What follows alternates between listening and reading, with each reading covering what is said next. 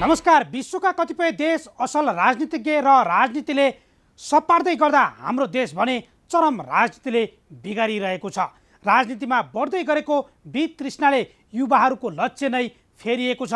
हिजो doctor, engineer, pilot बन्छु भन्नेहरू आज 12 कक्षा पढ्दा नपढ्दै अब्रोडको सपना देखिरहेका छन्। आखिर के हो, के गरून्?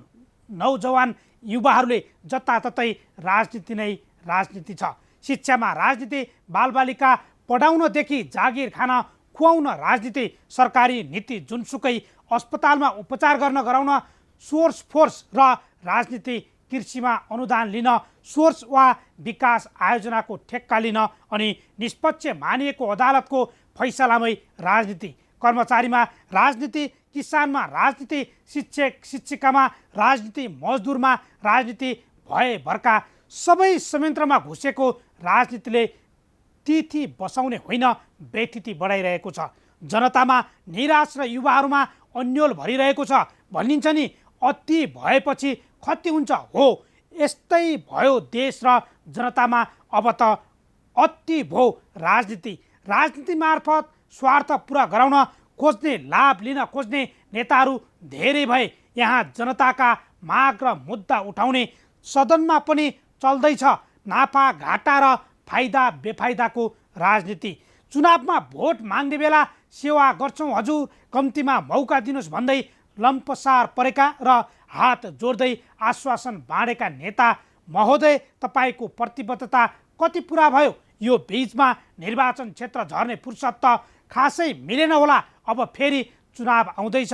तपाईँहरूले प्रतिबद्धता भुले पनि, पुरा नगरे पनि मतदाताले भुलेका छैनन्, भुल्दैनन्। तपाईँले चाहिने नचाहिने ठाउँमा स्वार्थको राजनीति गरेर देश र जनतालाई नै अस्वस्थ बनाएको, जनतालाई महँगीको मारमा पारेको एक हिसाब किताब चुनाव मार्फत हुनेछ। हामी मार्फत जनताको गुनासो तपाईँ नेता बनाउँदाका लागि। आउन सुरु गरौँ आम जनताले बेहोरेको समस्या, अभाव र सरकारी सेवा सुविधाको झन्झट समाधानको सारथी बन्ने कार्यक्रम जनताको इजलास। म बालकृष्ण शर्मा। कार्यक्रमको सुरुवातमा हेरौँ यो झलक।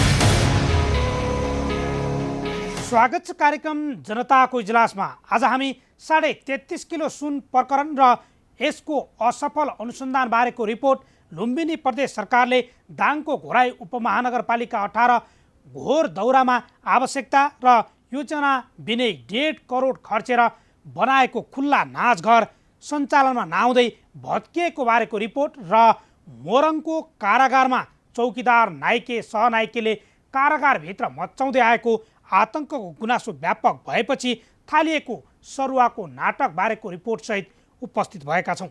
तपाईँसँग पनि कुनै समस्या र गुनासो भए हामीलाई पठाउन वा टिपाउन सक्नुहुनेछ।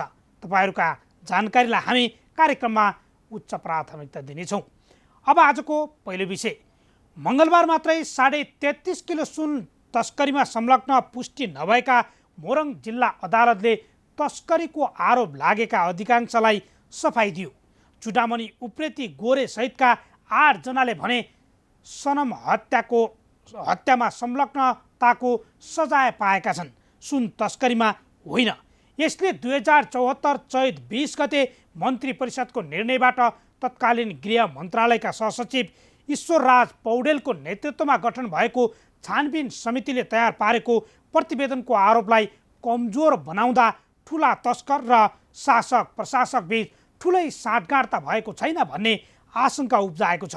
अझ यो प्रकरणले निर्दोषमाथि सरकारले कानुनी डन्डा वर्षाउने गरेको प्रमाण नै प्रस्तुत गरेको छ। हेरौँ हाम्रो टिमले तयार पारेको यो रिपोर्ट।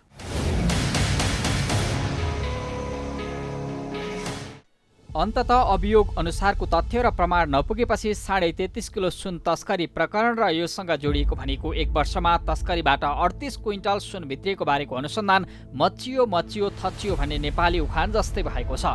मङ्गलबार मात्रै सुन तस्करीमा संलग्न पुष्टि नभएपछि मोरङ जिल्ला अदालतले तस्करीको आरोप लागेका अधिकांशलाई सफाई दिएको छ। चुडामणि उप्रेती गोरे सहितका 8 जनाले भने सनम साखेको हत्यामा संलग्नताको सजाय पाएका छन्, सुन तस्करीमा होइन।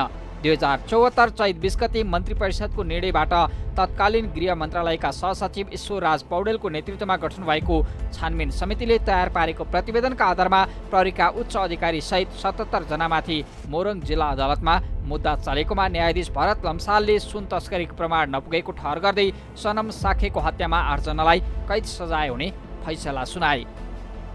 तस्करी गरेर ल्याएको सुन गायब बनाइएको आरोपमा चुडामणि उप्रेती गोरेको समूहले यातना दिएर मोरङमा सनम साखेको हत्या गरेको थियो। 2074 फागुन 18 मा मोरङको ओर्लाबारीमा सनमको हत्या गरेको आरोपमा अदालतले चुडामणि उप्रेती गोरे, टेकराज मल्ल ठकुरी, लाक्पा शेर्पा, मोहन काफ्ले, नरेन्द्र कार्की र भोजराज भण्डारीलाई जन्मकैदको सजाय सुनाएको छ। साखेको हत्या अभियोगमा राजन कुमारलाई 3 वर्ष र माधव भन्ने मदन प्रसाद घिमिरेलाई 6 महिना कैद सजाय हुने फैसला गरिएको मोरङ जिल्ला अदालतका श्रेष्ठदार टिकेन्द्र बिरजङ राणाले जानकारी दिए। प्रतिवेदनमा 8 जनालाई सजाय भयो।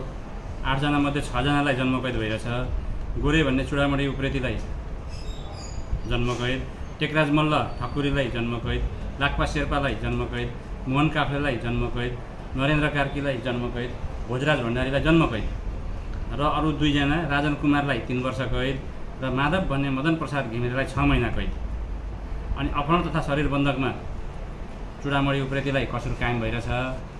अब त्यसको सजाय निर्धारण चाहिँ 1 महिना पछाडि हुनेवाला छ। 21 जना फरार प्रतिवादीहरूको हकमा मुद्दवी रहेछ हैन। अरूले चाहिँ कसुरबाट सफाई पाएका छन्। जम्मा कतिजनाले चाहिँ सफाई पाए सर? 48 जना जतिले सफाई पाएका छन्। चुडामणि उप्रेतीमाथि भने सनमलाई अपहरण गरेर बन्धक बनाएको कसुर मुद्दामा 1 महिनापछि फेरि सुनाइ हुने भएको छ। जिल्ला सरकारी वकिल कार्यालय मोरङले प्रतिवादी कायम गरेका आरोपी मध्ये 21 जना फरार रहेकाले उनीहरूको मुद्दा मुल्तवीमा राखिएको छ। मृतक साखेका परिवार अझसम्म पनि पीडामा छन्। उनीहरू सरकारबाट न्याय पाउने आशामा अझै हारगुहार गरिरहेका छन्।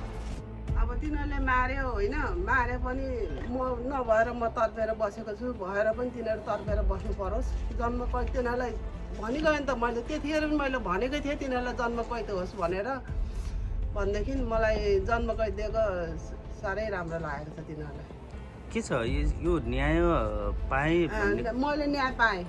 जन्मकैद म नभएर भन्दैछु, म नभएर म तर्पेर बसेको छु, भएर पनि त्यसको आमा स्वास्नी छोराछोरी तर्पेर बस्नु परोस्। त्यति नै हो मेरो भनाइ। सनम साखेको श्रीमान अब देश मैले गुमाएँ, अब तिन जस्तो भए पनि आज फैसला भएछ। उनीहरूलाई सजाय भएकोमा मात्रै सजाय चाहन्छु। यस न्याय अनुभूति तपाईँहरूले गर्नुभयो अहिले आएर? न्याय त अब मेरो श्रीमान अब जे मुखमा अब मैले त जे गरेर पनि दुःख गरेर पनि दुःख हामी जिन्दगीमा जिउनुपर्छ। उसले जे हत्याएर सजाय पाओस्। पौडेल नेतृत्वको समितिले करिब 3 महिना लामो अनुसन्धान गरे पनि तस्करी गरेर ल्याइएको भनेको 33 किलो सुन खोज्न चासो देखाएन। तस्करीको मुख्य प्रमाण फेला नपरेपछि न्यायाधीश लम्सालले बयानमुखी प्रमाणलाई अस्वीकार गर्दै फैसला सुनाएका छन्। अनुसन्धान यहाँ सबै गलत छ भन्ने कुरो होइन। जुन निकायले अनुसन्धान गर्नुपर्यो त्यसलाई गर्न दिनु पर्यो स्वतन्त्र रूपले, मेरो भनाइ थियो। त्यहाँ दबाब हुनु भएन, त्यहाँ कुनै किसिमले प्रभावित हुनु भएन, अथवा अर्को व्यक्तिले आएर अनुसन्धान गरेर भएन। प्रहरीलाई दिनु पर्यो अनुसन्धान गर्न। यदि राज्यले बनाएको संयन्त्र हो भने प्रहरीले किन गर्दैन अनुसन्धान? गर्दैन, उसलाई जिम्मेवार गराउनु पर्यो, उसलाई कारबाही गर्नु पर्यो, कहिले यो अनुसन्धान गर्न सकिनस् भनेर। उसमाथि लगाएर अर्को मान्छे, त्यसमा हाम्रो प्रहरी अधिकारीहरूको पनि दोष छ है, म त्यति पनि भन्न चाहन्छु। हाम्रो नेतृत्वको पनि दोष छ। यो सर्टेन कुराहरूमा सरकारसँग अथवा जिम्मेवार मान्छेसँग अथवा जिम्मेवार मन्त्रालयसँग यो प्राविधिक विषय हो है। यो अपराध अनुसन्धान अर्को मान्छेलाई दिएर हुँदैन। हामी गर्छौँ, हामी जिम्मेवारी लिन्छौँ भनेर प्रहरी नेतृत्वले पनि त्यो जिम्मेवारी लिनुपर्छ जब त्यो पदमा बस्छ भने।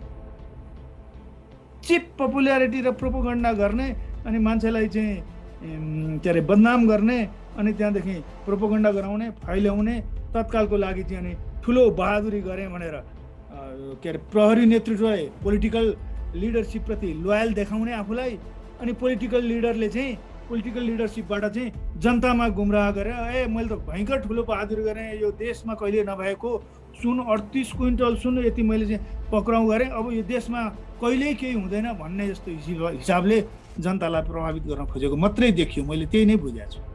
जनतालाई भ्रम, मैले चाहिँ ठुलो बहादुरी गरेँ यो देशमा अब भन्ने हिसाबले देखाउन खोजियो। यो गलत छ। यी हुन् सुन तस्करी प्रकरणमा जोडिएर सफाई पाउनेहरू। सबै प्रहरी अधिकारीहरूले पाए सफाई।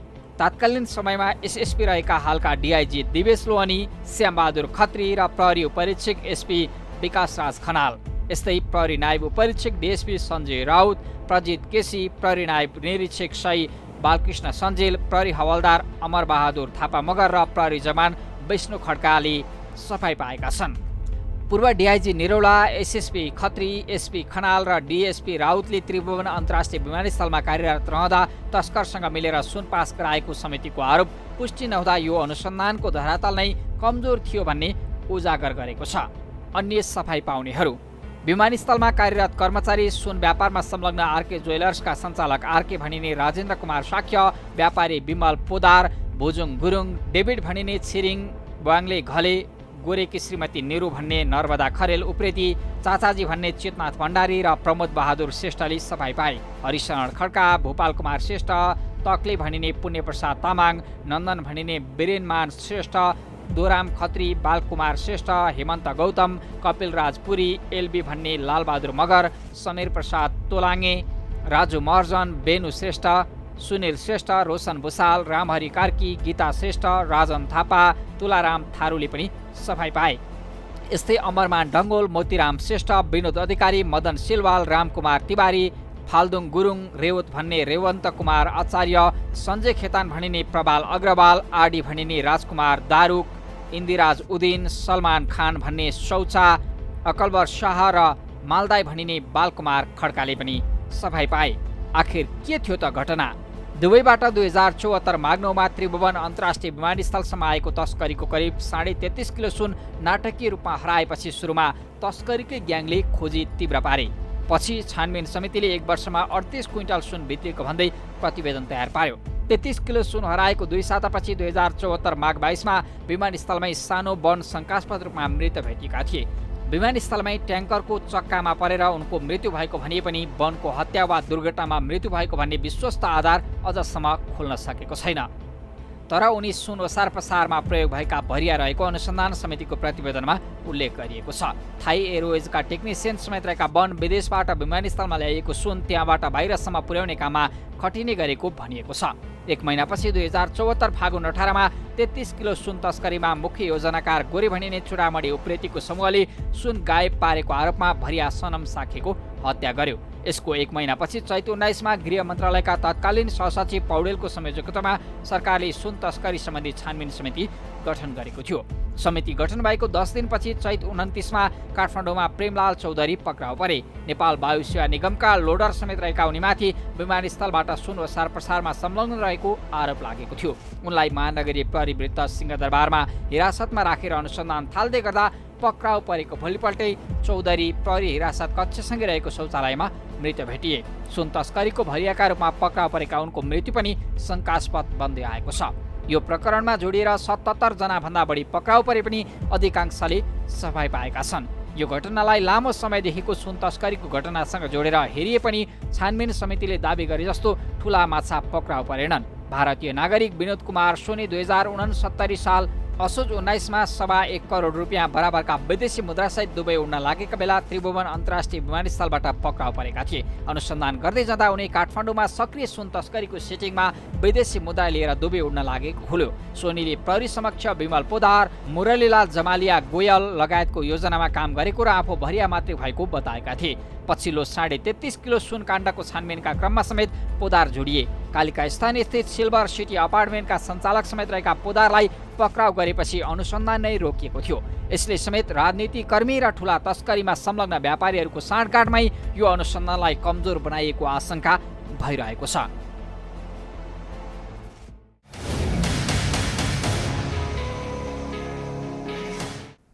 सुन प्रकरणमा संलग्न रहेको अभियोग लगाइएका सबै प्रहरी अधिकारी सहित 48 जनाले सफाई पाएका छन्।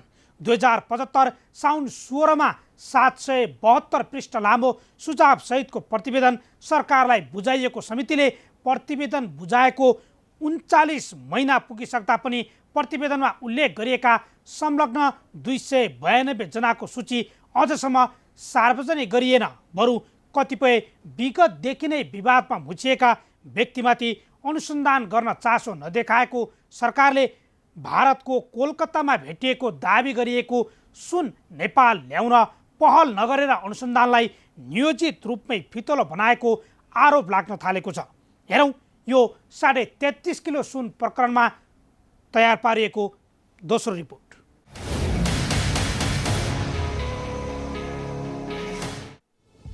चार वर्ष पहिलेदेखि अत्यधिक चर्चामा आएको 33.5 किलो सुन तस्करी प्रकरण अदालतको फैसलासँगै कमजोर कानुनी प्रमाणका आधारमा थालिएको असफल अनुसन्धानका रूपमा परिचित बन्न थालेको छ।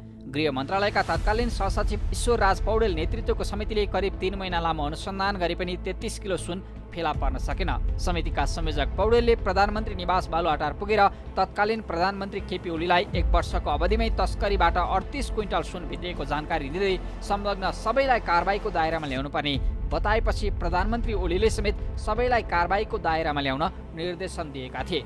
सरकारले 38 क्विन्टल सुन तस्करीमा संलग्न भनी किटान गरिएका 292 जनाको सूची अझसम्म सार्वजनिक नै भएन। 2075 साउन 16मा 772 पृष्ठ लामो सुझावसहितको प्रतिवेदन सरकारलाई बुझाएको समितिले प्रतिवेदन बुझाएको 39 महिना पुगिसक्दा पनि प्रतिवेदनमा उल्लेख गरिएका संलग्न व्यक्तिमाथि अनुसन्धान गर्न चासो देखाएन। बरु अभियोजन गरिएका डेली बजार स्थित सिल्भर सिटी अपार्टमेन्टका मालिक समेत रहेका विमल पोदार, राप्रपा प्रजातान्त्रिक नेता भुजुङ गुरुङ र मोहन अग्रवाल पक्राउ परेपछि अनुसन्धान नै रोकिएको थियो। यसले समेत यो सुन काण्डको अनुसन्धान तस्करीको जालो तोड्ने उद्देश्यले र कसुरदारलाई कारबाही गर्ने गराउने उद्देश्यले होइन थिएन भन्ने आशंका तत्कालीन समयदेखि नै बढाएको थियो। यसलाई पुष्टि गरिदिएको छ।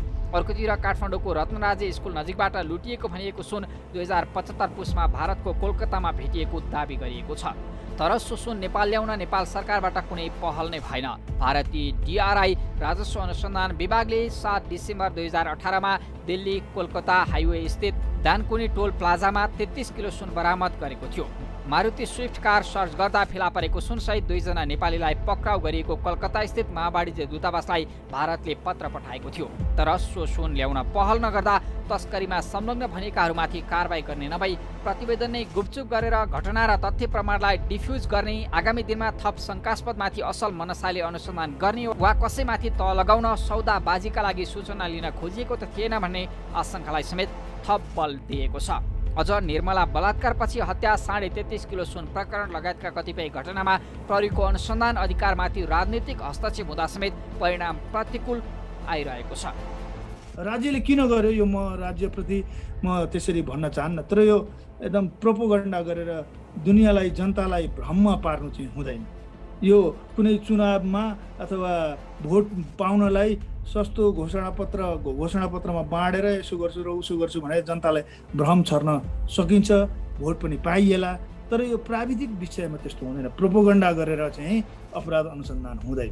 एउटा रजिस्टर खडा गरेर रजिस्टरमा नाम लेखेर यति यति पैसा लियो भनेर गर्ने हो भने आज नेपालमा कुनै पनि मान्छे खुला सिमाना छ, त्यहाँ नेपालमा बोर्डरमा बस्ने जुनसुकै व्यक्तिलाई जसलाई पनि फसाउन चाहने र त्यही प्रमाणको आधारले मुद्दा चलाउने हो भने कुनै पनि व्यक्ति चोखो रहन सक्दैन।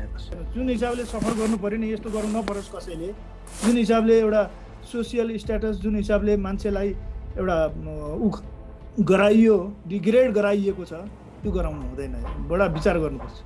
तर यसको सबैभन्दा ठुलो मैले चाहिँ देखेको दोष प्रहरी नेतृत्वमाथि छ। छानबिन समिति नै गठन गरेर अनुसन्धान गरिएको अझ सुन तस्करीको ठूलो सञ्जालको पर्दाफास गर्ने भनिएको घटनाबारे आम नागरिकले विश्वास गर्ने गरी सरकारले जवाफ दिनै पर्छ। 33.5 किलो सुन हराएको केसमा अघि बढेको सुन तस्करीको छानबिन 38 क्विन्टल सुन तस्करी भएको विषयसम्म त पुग्यो, तर त्यसमा संलग्न को थिए, सुन कहाँ गयो भन्ने तथ्य र प्रमाण जुटाउन पहल नै भएको देखिएन। प्राविधिक विषय अर्थात् क्राइम, क्रिमिनल र एभिडेन्सको आधारमा हुनुपर्ने अनुसन्धानमा गरिएको प्रचार प्रसार अनि रबाब सत्य तथ्य ल्याउन भन्दा पनि राजनीतिक आवरणमा हुँदै आएको आपराधिक गतिविधिलाई विषयान्तर गर्नका लागि त थिएन भन्ने आशंका गर्ने ठाउँ समेत प्रशस्तै छन्, किनकि निर्दोषहरूले अनुसन्धान र पूर्वपक्षका नाममा हिरासतमा बस्नु परेको छ। यो डेफिनेटली पर्नु छ। यसको क्षतिपूर्ति दिने, यो अपूर्णीय क्षति छ। हेर्नुहोस्, मैले 30 वर्ष मेरो जुन सोसियल स्ट्याटस थियो, मैले जागिर खाँदा जुन हिसाबले मेरो इमेज पब्लिकमा अथवा देशमा बाहिर विदेशमा समेत पनि जुन हिसाबको थियो, त्यसको क्षतिपूर्ति कसले दिने? त्यो दिनुपर्छ कि पर्दैन? डेफिनेटली दिनुपर्छ। राज्यले त्यो व्यवस्था त गरेको छ, तर अब हाम्रो देशमा कति त्यो सशक्त रूपले त्यो प्रभावकारी हुन सकेको छैन। म त्यही अनुसन्धानकै क्रममा मलाई लगेर मलाई जेलमा पनि राखियो। म 4-5 महिना बसेँ। त्यही पिरियड मैले त्यहाँभित्र अध्ययन गर्दाखेरि एउटा किताब मैले पढेको थिएँ। एउटा जापानमा एउटा नेपाली नागरिकले यसै गरी जेल बस्नु पर्यो। उसले 15 वर्ष जेल बस्यो एउटा ज्यान मुद्दामा। त्यो तपाईँहरूले पनि सुन्नुभयो होला, आयो मिडियाहरूमा पनि, गोविन्द मैनाली भन्ने। त्यो मान्छे बिचरा पछि 15 वर्षपछि निर्दोष साबित भयो। तर ऊ आयो नेपाल आएपछि नेपालबाट आएर उसले प्रक्रिया सुरु गर्यो। कम्पेन्सेसन चाहिँ हुनुपर्छ। यो 15 वर्ष उसले त आफ्नो लाइफ त्यहाँ जेलमा बिताउनु पर्यो र उसलाई जापान गभर्मेन्टले राम्रो गरी कम्पेन्सेट गरेछ यो। तर यो यस्तो हो कि हेर्नुहोस् धमलाजी, यो मोनिटरी कम्पेन्सेट गर्ने भन्ने कुरो एउटा ठाउँमा होला।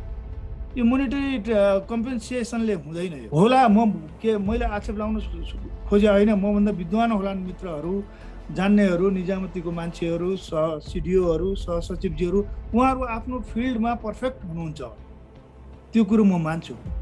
उहाँहरूले एउटा चाहिँ एपेक्स बोर्ड भएर, एपेक्स बडी भएर कसैलाई निर्देशन गर्नु पनि उपयुक्त होला। तर जुन टेक्निकल विषय छ, क्राइम इन्भेस्टिगेसन भनेको कुरो कम्प्लिटली प्राविधिक विषय हो। हराएको भनेको 33.5 किलो सुन कसले लग्यो, कहाँ छ भन्ने बारे सरकार र अनुसन्धानका लागि खडा गरिएको निकायलाई मतलबको विषय नै बनेन। बरु छानबिन समितिको प्रतिवेदनले धरानका MK अग्रवाल भनिने मोहन कुमार अग्रवाल सुन तस्करीका मुख्य लगानीकर्ता रहेको उल्लेख गर्यो। राप्रपा नेता भुजुङ गुरुङ, चुडामणी उप्रेती, रमेश उप्रेती, मोहन काफ्ले, छिरिङ वाङ्गेल, घले, महावीर गोल्यान, विमल पोदार लगायतलाई तस्करीका योजनाकार भन्यो। उनीहरू सबैलाई राजनीतिक शक्ति केन्द्रसँग निकट व्यक्तिका रूपमा प्रचार गरियो। सुन तस्करीको अनुसन्धानमा संलग्न प्रहरी अधिकारीले नै 2070 असार 26 को बरामद 25 केजी, 2071 साउन र मङ्सिरमा बरामद भएको क्रमशः 20 केजी र 25 केजी, 2074 भदौ 19 मा बरामद 88 केजी, 2073 चैत 4 मा विमानस्थलमा बरामद $2,86,000 लगायतको तस्करीमा पुदारको संलग्नता रहेको भन्दै आएको थियो। पछिल्लो पटक 33.5 केजी सुन तस्करीमा समेत पुदारको संलग्नता खुलाइयो, तर उनीमाथि थप गहिरो र अनुसन्धान गर्न कसैले पनि चासो देखाएनन्। छानबिन प्रतिवेदनमा तस्करी रोक्न विमानस्थलको सुरक्षा व्यवस्थापनमा सुधारका साथै नाकामा एक्सरे मेसिन जडार गर्न सुझाव दिए पनि थानकोट सहित तातोपानी, रसुवागढी, काँकडभिटा लगायतका नाकामा प्रविधिबाटै मानिस र सामान जाँच गर्ने व्यवस्था अझै मिलाइएन। सुन कारोबारीलाई पारदर्शी बनाउन कोटा प्रणाली हटाउनु पर्ने, व्यापारीले खरिद गरेको सुन अनुसारको हिसाब यकिन गर्न प्रभावकारी कदम चाल्नुपर्ने लगायतका सुझाव पनि कार्यान्वयन हुने छाँटकाँट अझै देखिएको छैन। प्रतिवेदन बुझाइएको 39 महिना पुग्दा प्रतिवेदनमा उल्लेख गरिएका संलग्न व्यक्तिमाथि अनुसन्धान त गरिएन नै अहिलेसम्मकै ठुलो तस्करी भनेको यो मुद्दामा मङ्गलबार 8 जनाले मात्र सजाय पाए, त्यो पनि व्यक्ति हत्यामा। छानबिन समितिले तयार गरेको प्रतिवेदनका आधारमा प्रहरीका उच्च अधिकारी सहित 77 जनामाथि मोरङ जिल्ला अदालतमा मुद्दा चलेकोमा सबै प्रहरी अधिकारी सहित 48 जनाले सफाई पाए। यसले समेत सुन तस्करी प्रकरणको अनुसन्धानलाई थप शङ्कास्पद बनाएको छ।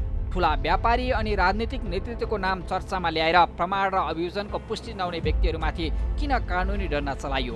यसले निर्दोषहरू फसाइने गरेको तथ्यलाई उजागर गरिदिएको छ। प्रतिवेदन लुकाइएको र ठुला माछामाथि कारबाहीको भ्रम छरेर अनुसन्धान थप फितलो पारिएको बारे सरकारले आम नागरिकलाई जवाफ दिनै पर्छ। यो कुरा जो प्रहरीको नेतृत्व, सबभन्दा ठुलो गल्ती प्रहरीको नेतृत्वको। प्रहरीको नेतृत्वले यति बुझ्नु परेन, मैले बुझ्छु भनेपछि उस नेतृत्वले बुझ्नु परेन। यो क्राइम अनुसन्धान, क्राइम इन्भेस्टिगेसन भनेको पाटो यो हो, यसरी जानुपर्छ, यस्तो गर्नुपर्छ, यसमा काहीँ किसिमबाट चाहिँ म्यानिपुलेसन हुने सम्भावना रहन्छ। त्यस कारणलाई यसलाई स्वतन्त्र रूपमा चाहिँ क्राइम इन्भेस्टिगेसनलाई हाम्रै प्राविधिकबाट, हाम्रै एभिडेन्सबाट, हाम्रै ल्याबबाट, हाम्रै उसबाट चाहिँ यसलाई सम्पन्न गर्नुपर्छ भन्ने हिसाबले अडान लिनु पर्यो नि त प्रहरी नेतृत्वले। यो त कुनै नाराबाजी गर्ने अथवा पत्रिकामा अथवा मिडियामा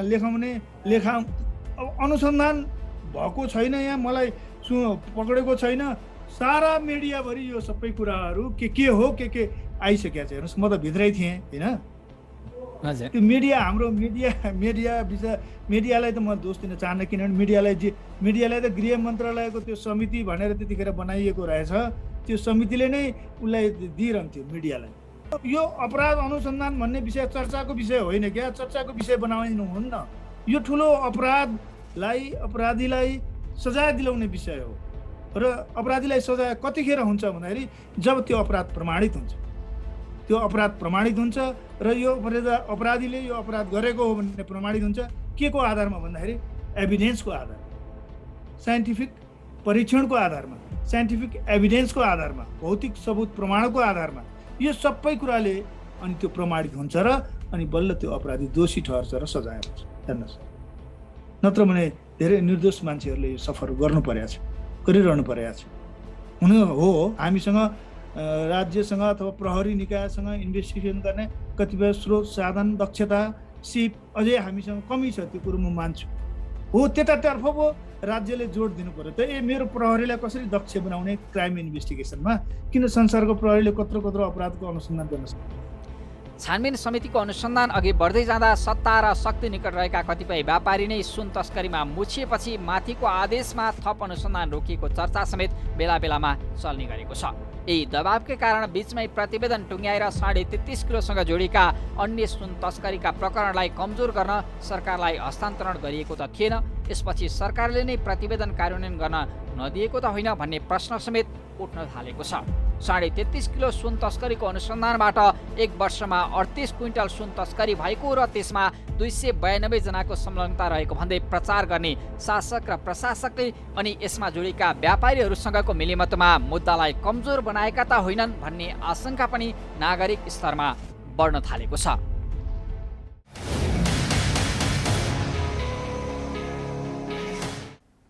साढे 33 किलो सुन मात्रै नभएर सोही गिरोही मार्फत एक वर्षमै 38 क्विन्टल सुन तस्करी भएको प्रतिवेदन तयार गर्ने र 292 जनाको सूची बनाउने सरकारले गरेको यो फितलो अनुसन्धान प्रमाणको खोजीमा देखाएको उदासीनताले सुन, डलर, लागु औषध लगायतका ठुला अवैध कारोबारमा राजनीतिक साथ र संरक्षण त छैन भन्ने गम्भीर प्रश्न उब्जाएको छ।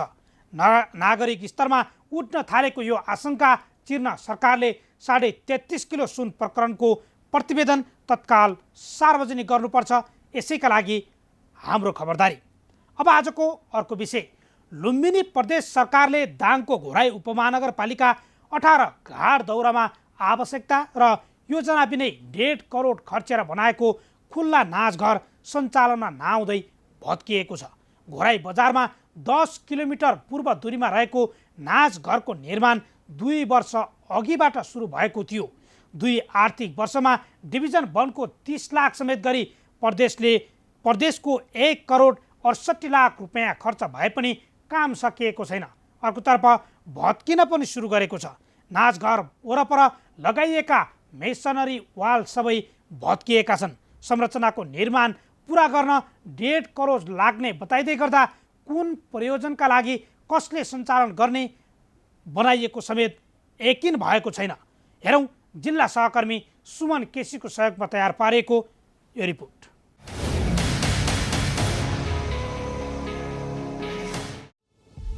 लुम्बिनी प्रदेश सरकारले दाङको घोराई उपमहानगरपालिका 18 घोडदौरामा 1.5 करोड खर्चिएर बनाउँदै गरेको खुल्ला नाचघर निर्माण नसकिँदै भत्किएको छ।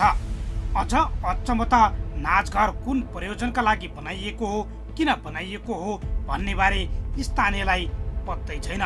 नाचघर कसले व्यवस्थापन गर्ने भन्ने समेत कुनै सरकारी कार्यालयलाई जानकारी छैन।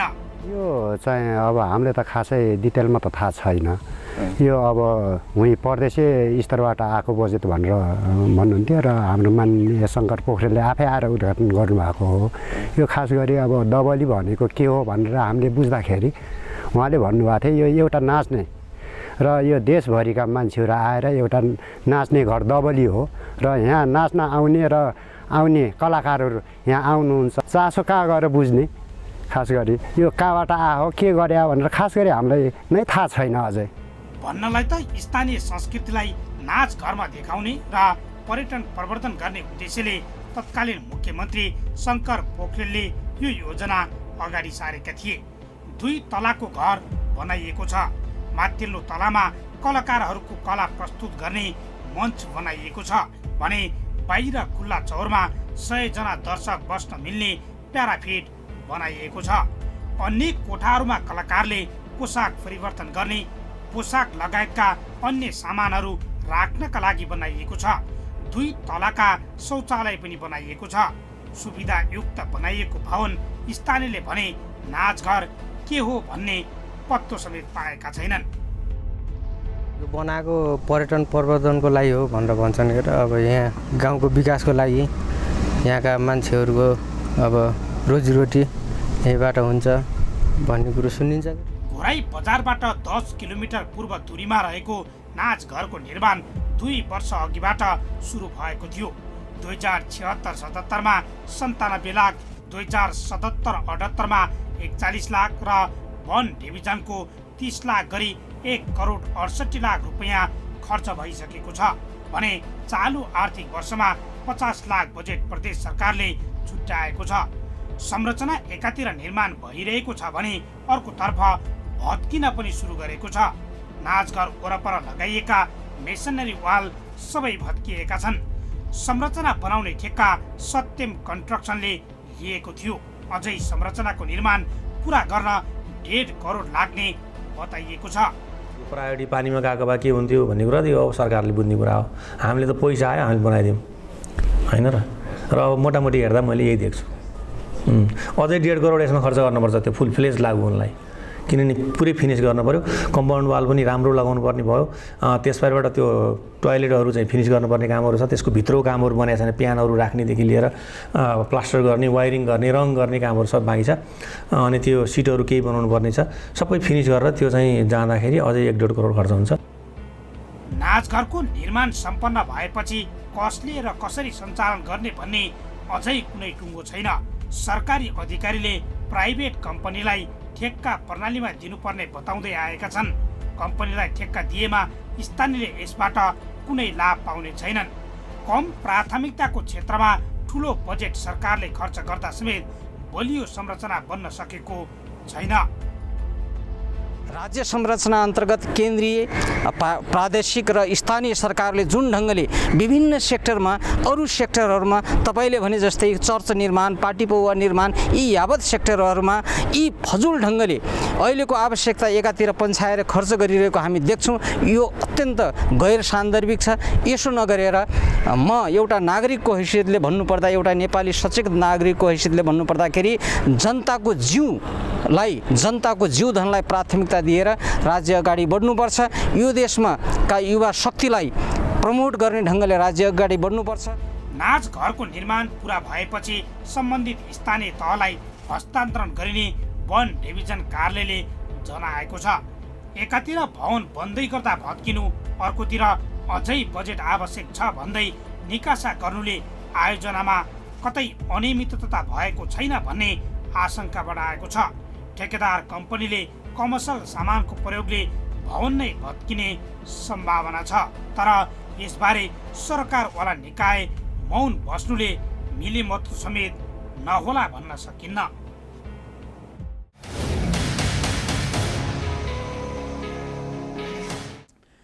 आवश्यकता र दीर्घकालीन योजना बिनै बनाइएको नाचघरको अवस्था देख्दा लाग्छ प्रदेश सरकार मनलाग्दै बजेट सकाउन र कमिसन खान उद्धत छ कि भन्ने प्रश्न उब्जाइदिएको छ।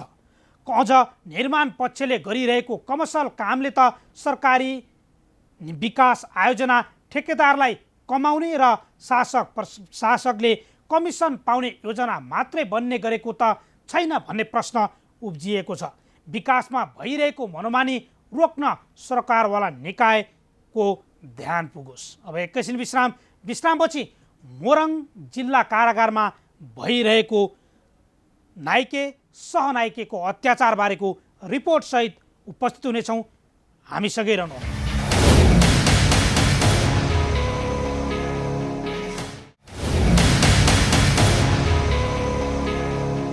विश्रामपछि स्वागत छ। तपाईँ हेर्दै हुनुहुन्छ कार्यक्रम जनताको इजलास।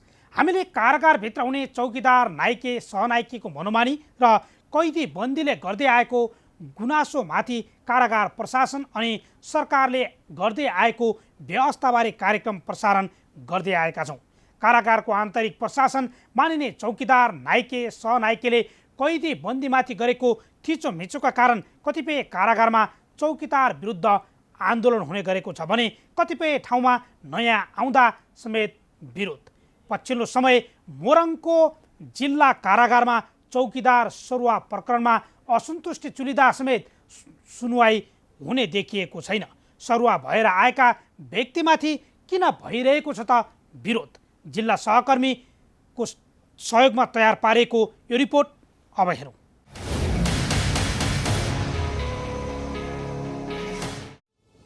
चौकीदार, नाइके, सहनाइकेले कारागारभित्र मच्चाउँदै आएको आतंक र लुटमाथि राज्य मौन छ। देशका अधिकांश कारागारमा कमाउने र कमिसन बुझाउने गिरोह नै सक्रिय छन्, तर सरकारको नेतृत्व गर्नेहरूले कारागारभित्रको व्यथिति सुधारतर्फ कहिल्यै ध्यानै दिँदैनन्। हामीले बारम्बार उठाउँदै आएको यही विषय फेरि पनि मोरङमा देखिएको छ। जिल्ला कारागार मोरङमा कैदी बन्दी स्थानान्तरणलाई लिएर विवाद भएको छ। निरन्तर विवादमा मुछिएपछि जिल्ला कारागार मोरङका चौकीदार नवीन राईलाई स्थानान्तरण गरेर सुनसरीको झुम्का कारागारमा पुर्याइएको छ।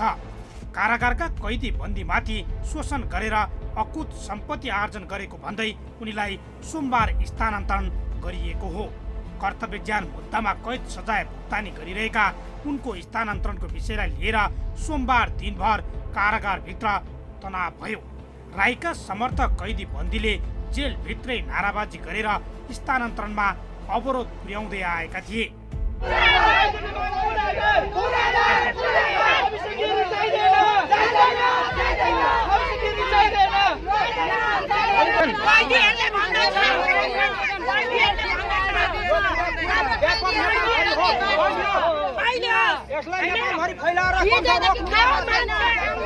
कारागारबाट निस्कन नमानेका कारण बल प्रयोग गर्ने तयारी पछि उनी मोरङ कारागार छाड्नै पर्ने अवस्थामा पुगेका हुन्। उनको ठाउँमा अर्का कैदी किरण गुरुङलाई काम चलाउ चौकीदारको जिम्मेवारी दिइएको छ। नाइके भाइ नाइके सहितका केही कैदी बन्दीको साथ लिएर कारागारभित्र आतंक मच्चाइरहेका राईलाई कारागार र स्थानीय प्रशासनको संरक्षण तथा कारागारको सुरक्षार्थ खटिएका प्रहरीको सहयोग समेत थियो। सबै पक्षसँग सेटिङ मिलाएर कमाउ धन्दामा खुलेरै लागेका राईले चौकीदार पद गुम्ने भएपछि कारागार नछोड्न अनेक नाटक गरिरहेका थिए। कारागारभित्र भिन्दै साम्राज्य खडा गरेर कैदी बन्दीमाथि चरम यातना दिने, आर्थिक शोषण गर्ने र आफू अकुत सम्पत्ति आर्जनमा केन्द्रित हुने गरेको पाइएपछि उनलाई कारागार विभागले 1 महिना अघि नै सरुवा गरेर झुम्का लैजान निर्देशन दिँदै मोरङलाई पत्र पठाएको थियो। भदौ 17 गते नै स्थानान्तरणको पत्र आए पनि उनलाई ढिलो गरेर झुम्का लगिएको हो। चौकीदारको जिम्मेवारीमा रहेका गुण्डा नाइके अभिषेक गिरीलाई मोरङबाट 2074 चैत 23 गते दिल्ली बजार स्थानान्तरण गरेर राईलाई चौकीदारको जिम्मेवारी दिएको थियो। राईको समूहले दिएको यातनाकै कारण धेरै कैदी बन्दीको मृत्यु समेत भइसकेको आरोप छ। भदौमा मात्रै 4 जना कैदी बन्दीको मृत्यु भएको थियो। राईमाथि आफन्त र परिवारका सदस्यको नाममा ठाउँ ठाउँमा जग्गा जमिन र घर घडेरी जोडेको आरोप छ। अझ अर्को कुरा त राईको झुम्कामा स्थानान्तरण गरेर दिल्ली बजार कारागारमा स्थानान्तरण भएका अभिषेक गिरीलाई मोरङ नै ल्याउन लागि भन्दै कारागारभित्रका कैदी बन्दीले चर्को विरोध गरिरहेका छन्। अपहरण तथा शरीर बन्धक मुद्दामा कैद सजाय भुक्तानी गरिरहेका अपराधिक पृष्ठभूमिका गिरीको सरुवाको पत्र गत भदौ 17 गते नै कारागारलाई दिइएको छ। तर चौतर्फी विरोध भएकैले उनलाई मोरङ पठाउने आँट कारागार विभागले गरेको छैन। जस्तो मान्छेलाई गाई गोरुले हान्छ त्यसरी नै हान्छ मान्छेलाई। अभिषेक गिरीले चाहिँ यहाँको कैदीहरूलाई गाई गोरु जस्तै व्यवहार गर्छ। गाई गोरु जस्तो सही गर्छ। अलिकति छिसिक्के के भयो कोहीसँग बोल्यो भने अभिषेक गिरीले ड्याङ्गी ड्याङ हान्छ। मरोस् या बाँचोस् या कसैको बाउ किन छैन, कसैको छोरा किन छैन, कसैको नाति किन छैन, कसैको वास्ता गर्दैन। आफू जो छु म विराटनगरको डोन छु। विराटनगरको केटाले तपाईँको आफन्त कोही छ कि छैन भित्र? म काटेर आएको छु जेल। म 14 वर्ष जेल काटेर आएको छु। 14 वर्ष जेल काटेर म आएको छु। अभिषेक गिरी कस्तो गर्थ्यो, कसरी गरिरहेको छ मान्छेलाई त हामीलाई चाह छ। 2064 साल 9 महिना 20 गते म भित्र छिरेको छु। त्यहाँदेखि म यो भर्खर यो गेटमा छुटेको छु। सबभन्दा राम्रो नवीन राईले गरेको छ। नवीन राई जस्तो कुनै चौकीदारले गरेको छैन। सामानको भाव पनि बढाउँछ। अभिषेक गिरी आएपछि मान्छेलाई एक अर्कासँग बोल्न दिँदैन। अभिषेक गिरीलाई मोरङ ल्याउन नदिन विराटनगरमा दिनौं प्रदर्शन भइरहेको छ। 3 दिनदेखि भइरहेको प्रदर्शन बुधबार पनि जारी राखे। कारागारभित्र रहेका बन्दीका आफन्त भेला भएर विराटनगरको हाट खोला स्थित जिल्ला कारागार मोरङ अगाडि प्रदर्शन गरिरहेका छन्। यहाँ हाम्रो पब्लिकको भनाइ छ। हामीले पब्लिकले गर्दाखेरि यहाँनिर आज समाज, पुलिस, प्रशासन, अदालत सबै कुरो छ। हामीले पब्लिकले गर्दाखेरि यहाँ सबै कुरो छ। हाम्रो के भन्दाखेरि यहाँ अभिषेक गिरी आउनु पाउँदैन भनेपछि पब्लिकले भनाइ हो यो र पब्लिकले भनेको कुरो हुनुपर्छ। पब्लिकले गर्दाखेरि आज यहाँ सब कुरो छ र पब्लिकको भनाइ यहाँ पुगेन भने भएन भने हामी पनि विरोध गरौँला। गरिन्छौँ। मानव जे गरिन्छ जे गर्नुपर्छ गरोस्। अभिषेक गिरी हुँदैन। भयो सबै डरले मरिरहेछन्। उनीहरूलाई डराएर त हामी पनि डराइरहेछौँ नि त। खानासाना भनेको सुरक्षा चाहिने हो। खानासाना खाएको छैनन् भनेर सुनिरहेको छु। खाना खाएको छैन म।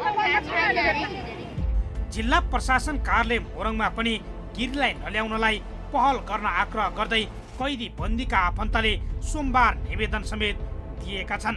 कैदी बन्दीलाई कुटपिट गर्ने, चरम यातना दिने, महिनामारी असुल्ने तथा कारागारभित्र सजाय भुक्तान गरिरहेकाहरूलाई उपभोग्य वस्तु महँगो मूल्यमा बिक्री गर्ने, टेलिफोनमा महँगो मूल्य लिने तथा बाहिर फिरौती असुलीको धन्दा चलाउने गरेको फेला पारेपछि गिरीलाई सरुवा गरेर दिल्ली बजार स्थानान्तरण गरिएको थियो। विराटनगर महानगरपालिका 11 घर भएका गिरीलाई नेपाली कङ्ग्रेसका नेताहरूको संरक्षण छ। छोटो समयमै अकुत सम्पत्ति आर्जन गरेको देखिएपछि उनी विरुद्ध सम्पत्ति शुद्धिकरण विभागमा पनि मुद्दा चलाइएको छ। मोरङ ल्याउन कङ्ग्रेसका नेताहरूले लबिङ गरिरहेका बेला कङ्ग्रेस सभापति शेरबहादुर देउबाको नेतृत्वमा सरकार बनेपछि गिरीले पुनः मोरङ जाने लबिङ गरेका हुन्। अभिषेक गिरीसँगै उनका टिममा अन्य 3 जनाको पनि विराटनगर स्थानान्तरण गर्न लागि छ। एउटा कारागारबाट स्थानान्तरण भइसकेका कैदीलाई पुनः सोही स्थानमा सरुवा गर्न मिल्ने कानुनी व्यवस्था छैन। गिरीको सवालमा कानुनी व्यवस्था र अभ्यास विपरीत निर्णय भएको देखिएको छ। 900 भन्दा बढी कैदीबन्दी रहेको मोरङ कारागारमा मासिक रूपमा धेरै ठुलो धनराशिको चलखेल हुँदै आएको छ।